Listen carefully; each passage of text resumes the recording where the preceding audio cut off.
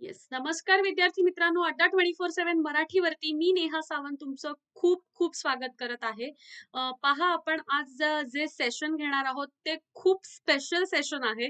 कारण काही दिवसापूर्वी आपण एक कंबाईनसाठी वेल प्रिपेअर्ड प्लॅनचं सेशन केलेलं होतं. त्याच्यानंतर प्रचंड रिक्वेस्ट आल्या आपल्या काही विद्यार्थी मैत्रिणींकडून आणि ते आपल्याला हे विचारत होते, की आम्ही गृहिणी आहोत, आमची लहान-लहान मुलं आहेत, तर आम्हाला तेवढासा वेळ मिळत नाही अभ्यास करायला.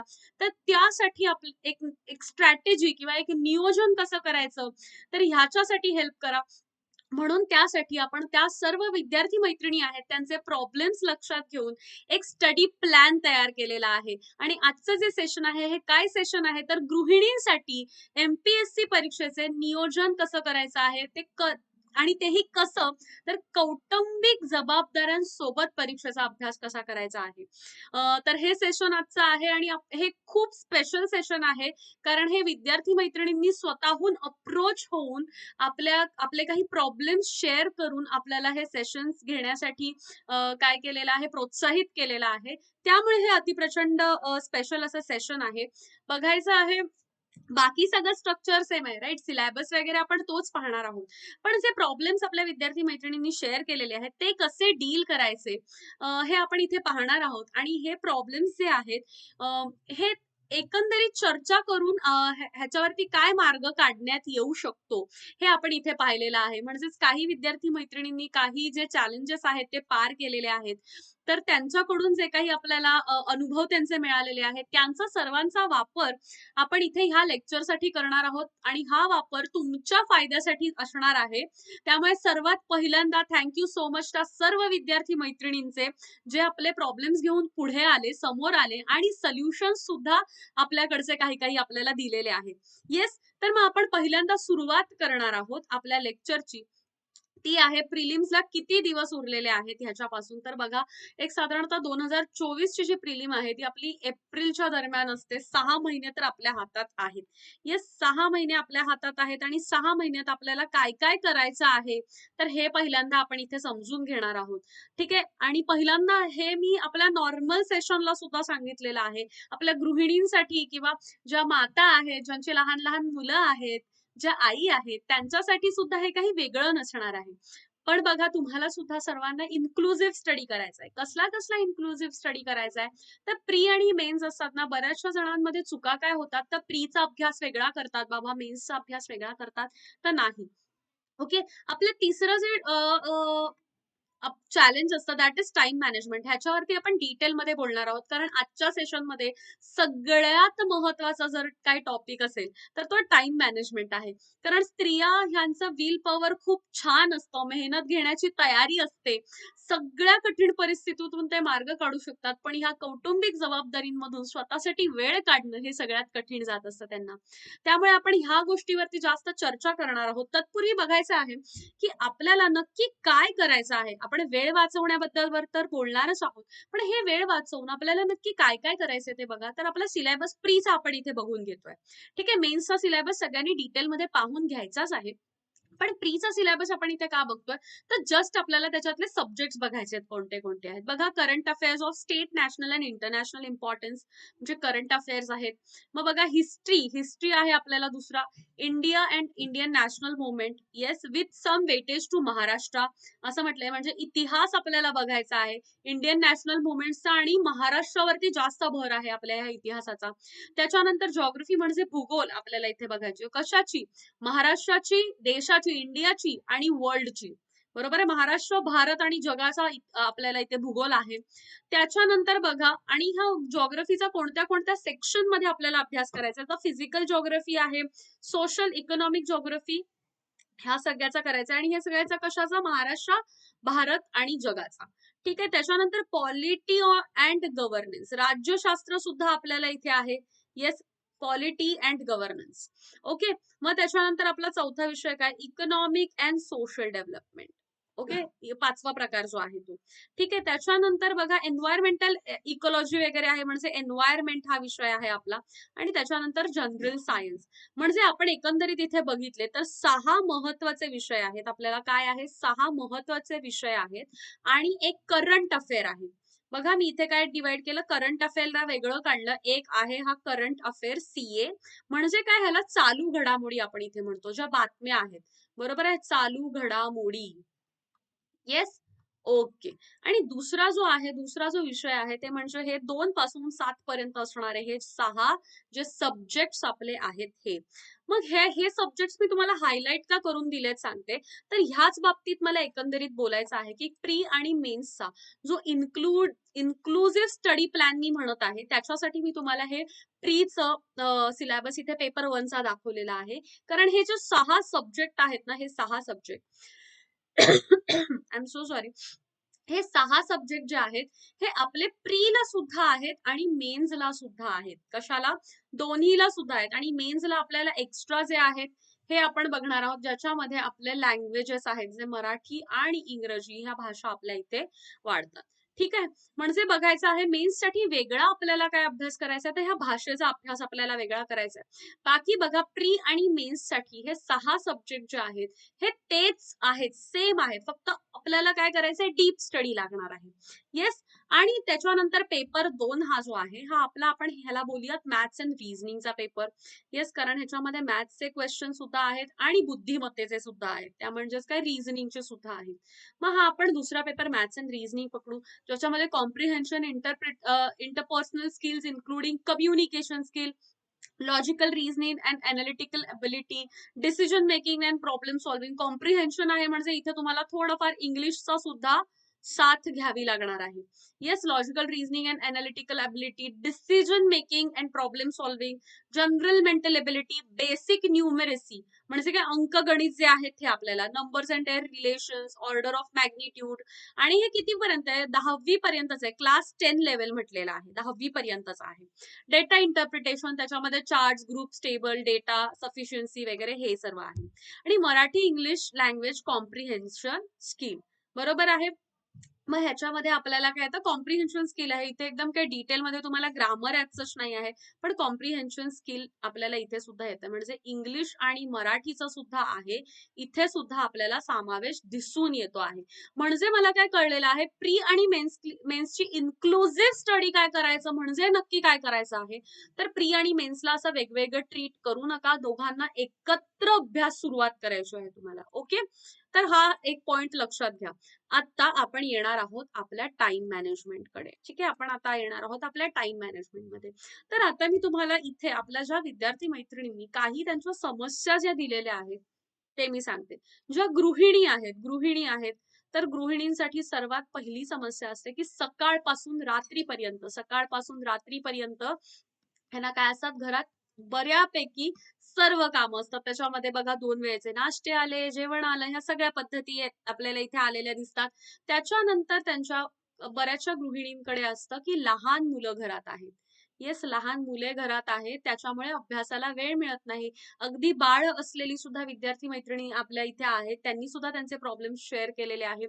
तसंच घरातील ज्या इतर जबाबदाऱ्या असतात, म्हणजे काय की घरात काही वरिष्ठ व्यक्ती असतात, त्यांचा सुद्धा सांभाळ करायचा असतो.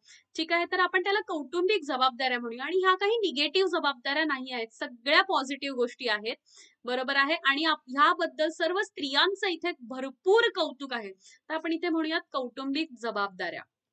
ठीक आहे, पाहुणे रावळे येतात, त्याच्यामुळे अभ्यास करता येत नाही, अशा प्रकारच्या बऱ्याचशा गोष्टी आहेत, ह्या आपल्याला इथे हे जे प्रॉब्लेम्स आहेत आपल्या विद्यार्थी मैत्रिणींनी इथे शेअर केलेले आहेत. येस, मग आता ह्याच्यावरती आपल्याला मार्ग काय काढता येईल हे आपल्याला पाहायचं आहे. येस, अजून एक त्यांचा एक प्रॉब्लेम शेअर केलेला आहे, तो म्हणजे खूप गॅप झालाय आता. खूप गॅप झालेला आहे. म्हणजे काय, शाळा सोडून, कॉलेजेस सोडून ते आता संसारात पडल्यानंतर बराच अभ्यासामध्ये गॅप आहे. त्यामुळे अभ्यासाला बसण्याची सवय सुटली आहे. सवय सुटलेली आहे. हा एक प्रॉब्लेम आपल्यासोबत शेअर केला गेलेला आहे. ओके, बरेचसे ग्रामरचे टॉपिक्स विसरले गेलेले आहेत. सायन्स मॅथ्सचे जे फॉर्म्युलाज आहेत काय काय ते विसरले गेलेले आहेत. हा एक साधारणतः एक अजून एक जनरल प्रॉब्लेम गृहिणींचा इथे बघायला मिळतो. ठीक आहे, सो बेसिक प्रॉब्लेम आपण हे एकंदरीत सगळं बघितलं तर बेसिक प्रॉब्लेम आपला अडतो येऊन कुठे, टाइम मॅनेजमेंट मध्ये. येस, पण एक गोष्ट माहिती आहे, ह्या सर्व विद्यार्थी मैत्रिणींनी जेव्हा अप्रोच केलं येऊन की अशा प्रकारचं लेक्चर हवंय, त्याच्यातून एक गोष्ट त्या दिसून येते, एवढ्या सगळ्या चॅलेंजेस मध्येही सर्व विद्यार्थी मैत्रिणींना काहीतरी करून दाखवायचं आहे. येस, त्याच्यामुळे त्यांची इच्छाशक्ती प्रबळ आहे. मग आपल्याला काय केलं पाहिजे? तर ह्या सगळ्या चॅलेंजेस वरती आपल्याला करायची आहे मात. आणि हे आपण कशाने करू शकतो? फक्त आणि फक्त टाइम टेबलने करू शकतो आणि काही कॉम्प्रोमाइजेस आपल्याला इथे करावे लागणार आहेत, जे की स्त्रिया नेहमीच करत असतात. येस, मग आता मी तुम्हाला सांगते, आपल्याला हे 6 सब्जेक्ट्स आहेत, बरोबर आहे. एक आहे करंट अफेअरचा टॉपिक. येस, एक करंट अफेअरचा टॉपिक आहे. एक आहे मॅथ्स अँड रिझनिंगचा आपल्याला महत्वाचा टॉपिक, मॅथ्स अँड रिझनिंग. आणि चौथं जे आपल्याला आहे हे लँग्वेजेसचे, प्री साठी तरी ऍटलिस्ट लँग्वेजेसचं बेसिक आपल्याला आलं पाहिजे. लँग्वेजेस, ठीक आहे. लँग्वेजेस मध्ये मी दोन्ही घेते, एक मराठी भाषा आणि आपली दुसरी जी आहे इंग्रजी भाषा. येस, मराठी भाषेचा फारसा प्रॉब्लेम विद्यार्थी मित्रांना आपल्या येत नाहीत, की आपण इथे आज स्पेशली विद्यार्थी मैत्रिणींबद्दल बोलत आहोत, तर फारसा मराठी भाषेचा प्रॉब्लेम येत नाही, पण इंग्रजी भाषेचा प्रॉब्लेम येतो. तर आज आपण इथे काय पाहणार आहोत, तर ज्या गोष्टींना आपल्याला, पहिली गोष्ट आपण इथे पाहायची आहे की टाइम मॅनेजमेंट सोबत आपण एक गोष्ट तर पाहूयात. आपण जे चॅलेंजेस पाहिलेत त्याच्यातला एक चॅलेंज आपण घेऊया. बऱ्याचशा विद्यार्थी मैत्रिणींना लहान लहान मुलं आहेत. येस, लहान मुलं आहेत, बरोबर आहे. मग आपण हे चॅलेंज न समजता आपण ह्याचं बेनिफिट घेऊया. येस, तुमची जी लहान मुलं आहेत त्यांच्यासोबत तुम्ही इंग्रजी, मराठी आणि मॅथ्सचा अभ्यास सहज करू शकता. त्यांच्यासोबत बसून करा, कारण काय आहे, क्लास 10th पर्यंत आपल्याला मॅथ्सची डिफिकल्टी लेवल ह्यांनी इथे सांगितलेली आहे. पाहायचं आहे इथे बघा की हे जे बेसिक न्यूमरसी जे आहे ह्याचं आपल्याला डिफिकल्टी लेवल क्लास 10th पर्यंत आहे.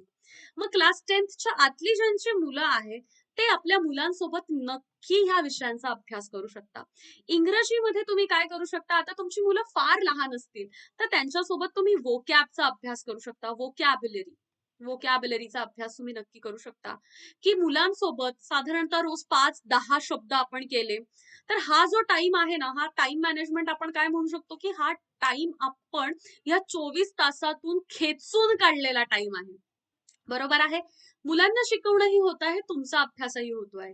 ह्याच्यामध्ये सुद्धा हे जे फॉर्म्युलाज असतात, मॅथ्स मध्ये जे फॉर्म्युला आहेत, ब्लड रिलेशनचे जे प्रॉब्लेम्स आहेत, हे तुम्ही तुमच्या मुलांसोबत अभ्यास करताना करू शकता. येस, आता करंट अफेअर्स. करंट अफेअर्स ही गोष्ट अशी आहे ना, की तुम्ही ऍब्सोल्युटली कोणतंही काम करताना करू शकता. पहिलं म्हणजे टीव्हीवरती बातम्या लावून ठेवायच्या. म्हणजे काय होतं, बातम्या लावून ठेवल्यानंतर आपल्याला एक जगभराचा अवेअरनेस येतो, की काय चाललेलं आहे, नवीन काय चाललेलं आहे. बघा, चंद्रयान मग कितवं आहे, पहिलं, दुसरं, तिसरं, कुठलं मिशन आहे बाबा, त्याच्यासाठी काय काय वापरलं गेलेलं आहे. येस, हे आपल्याला बातम्यांमधून समजतं. दुसरी गोष्ट आहे, आपल्याला ना अनालिसिसचे व्हिडिओज खूप मिळतात. अनालिसिसचे कशाच्या, करंट अफेअर्सच्या अनालिसिसचे व्हिडिओज भरपूर आपल्याला युट्यूबला मिळतात. अड्डा 24/7 सुद्धा आपल्याकडे करंट अफेअरचे अनालिसिसचे व्हिडिओज असतात. तसेच ऍप्लिकेशन वरती ना आपल्याला डेली करंट अफेअरचे आपण नोट्स सुद्धा प्रोव्हाइड करत असतो आणि आपण फ्री मध्ये हे नोट्स प्रोव्हाइड करतो. ऍप डाउनलोड केलात ना तर तुम्हाला हे फ्री मध्ये नोट्स मिळून जातात. कशाचे, करंट अफेअर्सचे. येस, तर ह्या ज्या गोष्टी आहेत, हे जे व्हिडिओज आहेत, हे तुम्ही काय करू शकता, तर काम करताना, चालता उठता बसता हे व्हिडिओज बघू शकता. त्यामुळे तुमचा करंट अफेअरचा प्रॉब्लेम सॉल्व्ह होतो, बरोबर आहे. हे सर्व तुम्ही कामं करताना सुद्धा करू शकता. आता राहिला विषय आपल्या ह्या 6 सब्जेक्टचा, बरोबर आहे. हे 6 सब्जेक्ट आपले इतिहास, भूगोल, नागरिक शास्त्र हे जे सर्व आहेत ना, हे. आता इथे बघा, ह्या ज्या गोष्टी आहेत ह्या मी आता सर्व लिहित नाही. हे 6 सब्जेक्ट मगाशी मी तुम्हाला हायलाइट करून दिलेले आहेत. आता ह्या गोष्टींचा एक गोष्ट लक्षात घ्यायची आहे, की ह्याच्यासाठी बरेच मार्ग आहेत. ह्याचं समजा तुमचा बराच गॅप गेलेला आहे, हा जो आपला चॅलेंज आहे, गॅप गेलेला आहे हा जो आपला चॅलेंज आहे, त्याच्यासाठी बघा, एक बेसिकची तयारी पुन्हा करण्यासाठी ज्या विद्यार्थी मैत्रिणी इंग्रजी मधून तयारी करता आहेत ना, त्या एनसीईआरटीज वाचू शकतात. त्या काय करू शकतात, एनसीईआरटीज ज्या आहेत ह्या इथे पहिल्यांदा वाचू शकतात. येस, आणि एनसीईआरटीज पासून साधारणतः सुरुवात करू शकतात. पण एक गोष्ट लक्षात घ्या, की साधारणतः मी नेहमी सगळ्यांना सांगते की 2 वीक्सच्या पुढे एनसीईआरटी ताणू नका. पण आपल्याकडे थोडासा काय म्हणतात, टाइमचा इश्यू असल्यामुळे आपल्याला फार टाइम नसतो. तरी पण एक ट्राय करा, एक आठवडा एक्स्ट्रा घ्या, पण 3 वीक मध्ये एनसीईआरटी संपायचा प्रयत्न करा. ओके. मग पाहायचं आहे मराठीमधून ज्या विद्यार्थी मैत्रिणी अभ्यास करत आहात त्यांनी लक्षात घ्या, शालेय पुस्तकं जी आहेत, SSC बोर्डची शालेय पुस्तकं जी आहेत मराठीतून, इतिहास, भूगोल, नागरिकशास्त्र, येस, ही वाचायची आहेत छान. मग आता ही वाचताना तुमच्या घरात समजा लहान मुलं असतील तर अजून छान काय आहे, त्यांना सुद्धा छान छान माहिती सांगायची, त्यांच्यासाठी सुद्धा गोष्टी ऐकण्यासारखी ही गोष्ट होऊन जाणार आहे. येस, त्यामुळे ह्या 6 सब्जेक्टची जी तयारी आहे ही तुम्ही अगदी मुलांच्या सोबतीने सुद्धा करू शकतात. कोणती एक बेसिक तयारी तुम्ही तुमच्या मुलांसोबतही करू शकता. त्यांना छान छान गोष्टी सांगून, माहिती सांगून त्याचा अभ्यास करू शकता. आता जेव्हा पुढे रेफरन्स बुकचा जेव्हा विषय येतो, रेफरन्स बुकचा जेव्हा विषय येतो, तेव्हा एक लक्षात घ्या, ह्या टाइम मॅनेजमेंट मध्ये आपल्याला एक गोष्ट केली पाहिजे. ती म्हणजे थोडंसं आपल्याला नेहमीपेक्षा, आधीच गृहिणी फार लवकर उठत असतात, आय नो, येस, फार लवकर उठत असतात, अगदी सगळ्यांचे डब्बे करण्यापासूनचे सर्व कामं असतात. आय कॅन अंडरस्टँड, मी सर्व विद्यार्थी मैत्रिणींचे म्हणणी इथे ऐकलेली आहेत. पण लक्षात घ्या, एक साधारणतः एक 5 वाजता जे जण 6-7 वाजताचे जनरली उठता आहेत, त्यांनी एक साधारणतः 5 वाजता उठून ऍटलिस्ट सकाळचा 1 ते 1.5 तास, फार नाही 1 ते 1.5 तास शांतपणे कोणतंही काम न करता फर्स्ट स्लॉटचा जो स्टडी आहे हा इथे करायचा आहे. आणि ह्यापैकी कोणत्याही 6 सब्जेक्ट पैकी आपण एक सब्जेक्ट इथे ह्या स्लॉट मध्ये अभ्यास करायचा आहे. हे 6 सब्जेक्ट पैकी एक स्लॉट. लक्षात घ्या, डेली आपल्याला भरपूर सब्जेक्ट घ्यायची गरज नाही आहे. डेली आपण 2 ते 3 सब्जेक्ट घेतले तरी इनफ आहे. ठीक आहे, 2 सब्जेक्ट घेतले तरी इनफ आहे. आता हा जो सकाळचा वेळ आपण जो परत चोरलेला आहे असं आपण म्हणूया, सकाळचा वेळ जो आहे हा आपण काय केलेला आहे, 24 तासांमधून खेचून काढलेला वेळ आहे. त्याच्यानंतर दुपारी पहा, दुपारी जरा तुम्हाला शांतता मिळू शकेल. येस, दुपारची जी वेळ असते त्याच्यामध्ये तुम्ही 2 ते 3 तास नक्की स्वतःला देऊ शकता. का? कारण तुमच्याकडची लहान मुलं झोपलेली असतील, शाळांमध्ये गेलेली असतील, जर वरिष्ठ व्यक्ती तुमच्या घरी असतील तर ते झोपलेले असतील. तर हे जे 2 ते 3 आवर्स किंवा तास जे आपण म्हणूयात, हा स्लॉट नंबर 2 असणार आहे. मग तुम्ही म्हणाल, मग तुम्ही आराम कधी करायचा? येस, जर तुम्ही 1-2 तास आराम करत असाल तर हा अर्धा तास तुम्ही झोपेसाठी नक्कीच देऊ शकता, ज्याने तुम्हाला काय एक रिफ्रेशमेंट मिळून जाईल. अजिबातच सगळंच कॉम्प्रोमाइज केलं पाहिजे असं नाहीये, हेल्थ सुद्धा सांभाळायला पाहिजे, पण एक डेडिकेशन घ्या की एक अर्धा तासाच्या पुढे आपली आराम न जाता आपण अभ्यासाला वेळ देऊ. येस, आता हा काही माझा अट्टाहास नाही आहे, तर ज्या ज्या विद्यार्थी मैत्रिणींना जे काही करून दाखवायचं आहे त्याच्यासाठी इतके सारे जे मेसेजेस आलेले आहेत, तर त्यासाठी आपण ह्या चर्चा काढूनच काढलेल्या टिप्स आहेत. येस, तर मग असं काही हार्ड अँड फास्ट रूल नाही आहे, पण एक दुपारच्या वेळेस ट्राय करा, 2 ते 3 तास तुमच्या सोयीनुसार स्लॉट नंबर 2 तुम्हाला स्टडीला दिला पाहिजे. आणि ह्या स्लॉट नंबर 2 ला तुम्ही एखादा विषय अजून करायचा आहे, सब्जेक्ट 2 जो कोणता तुम्ही कराल तो. आता ह्यानंतर परत संध्याकाळी तुमचं नाश्ते असतील, मग परत जेवणं असतील, ह्याच्यामध्ये तुम्ही परत बिझी होऊन जाणार. ह्या वेळेस रात्री झोपण्यापूर्वी साधारणतः मिनिमम 1 तास तरी तुम्ही पुन्हा अगदी डिस्टर्ब न, तुम्हाला काहीही डिस्टर्बन्स मिळणार नाही असा एक स्लॉट द्यायचा आहे. ह्या स्लॉट मध्ये तुम्ही काय करायचंय, फार वेगळा काही अभ्यास करू नका, पण आज सगळं केलेलं ना रिवाइज करा. का? तुम्हाला सांगते एक गोष्ट, रिव्हिजन ही जी गोष्ट आहे ही इथे अतिशय महत्वाचा रोल प्ले करणार आहे. का?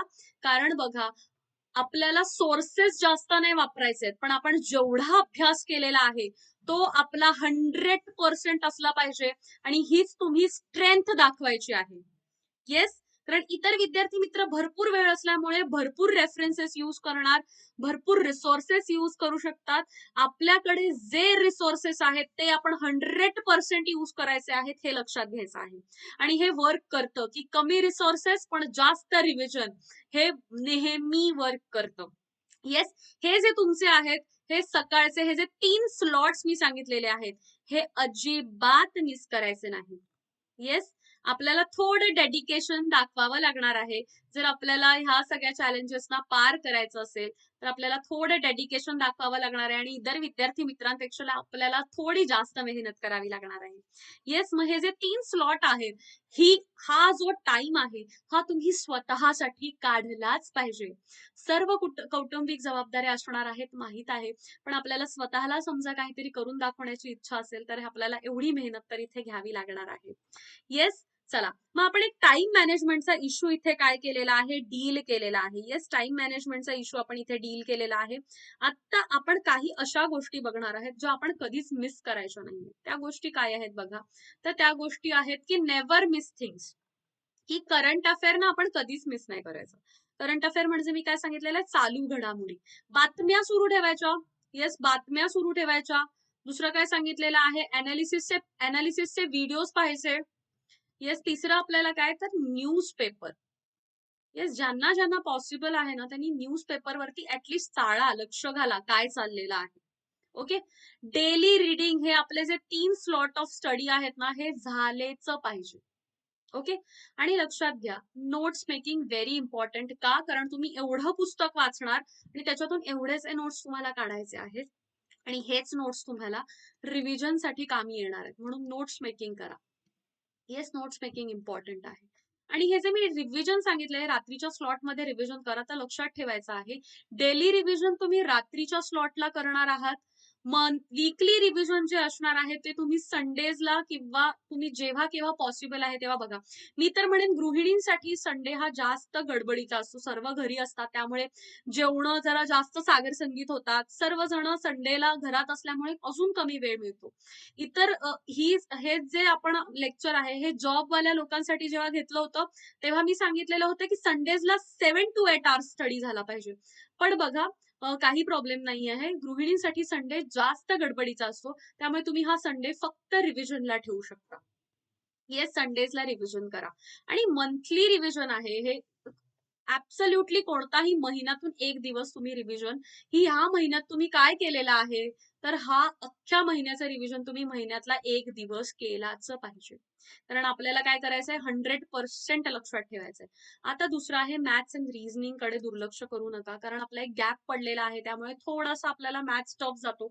लक्षात ठेवा, जर मॅथ्स मध्ये आपल्याला ठराविक क्वालिफाईंग मार्क्स नाही मिळाले तर पेपर 1 चेक होत नाही, त्यामुळे ह्या सब्जेक्टला सुद्धा इम्पॉर्टन्स द्या. त्याच्यानंतर अजून अंडर रेटेड जो सब्जेक्ट आहे, म्हणजे फार कमी लक्ष दिला जातो, तो म्हणजे मराठी व्याकरण आणि इंग्रजी व्याकरण. हे जे 2 सब्जेक्ट आहेत जे तुम्हाला मेन्सला असतात, ह्याच्यावरती चांगलं कॉन्सन्ट्रेट करा. कारण मेन्सला तुम्हाला जास्त स्कोरिंग सब्जेक्ट जर कोणते असणार आहेत तर ते मराठी आणि इंग्रजी व्याकरण आहे. भरपूर मार्क्स, अख्खाच्या अख्खा पेपर. येस, त्यामुळे ह्या 2 व्याकरणांकडे नीट लक्ष द्यायचं आहे. त्याचा अभ्यास आधीपासूनच थोडा थोडा तरी सुरू करायचा आहे. येस, आता बघा, आपल्या इथे अड्डा 24/7 मध्ये मराठी आणि इंग्रजी व्याकरण मीच शिकवत आहे, त्यामुळे तुम्ही बघा, सकाळी 9 वाजता आपलं एक लेक्चर असतं, दुपारी 3 वाजता एक लेक्चर असतं आणि संध्याकाळी 6 वाजता लेक्चर असतं.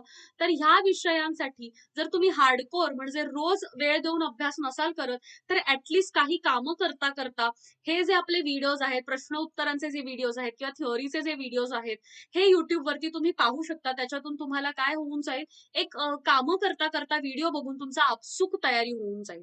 ठीक आहे, आणि आता सर्वात महत्वाची गोष्ट येते ते म्हणजे टेस्ट. आपल्याला नुसतं अभ्यास करून भागणार नाही आहे, तर आपल्याला टेस्ट दिल्या पाहिजेत.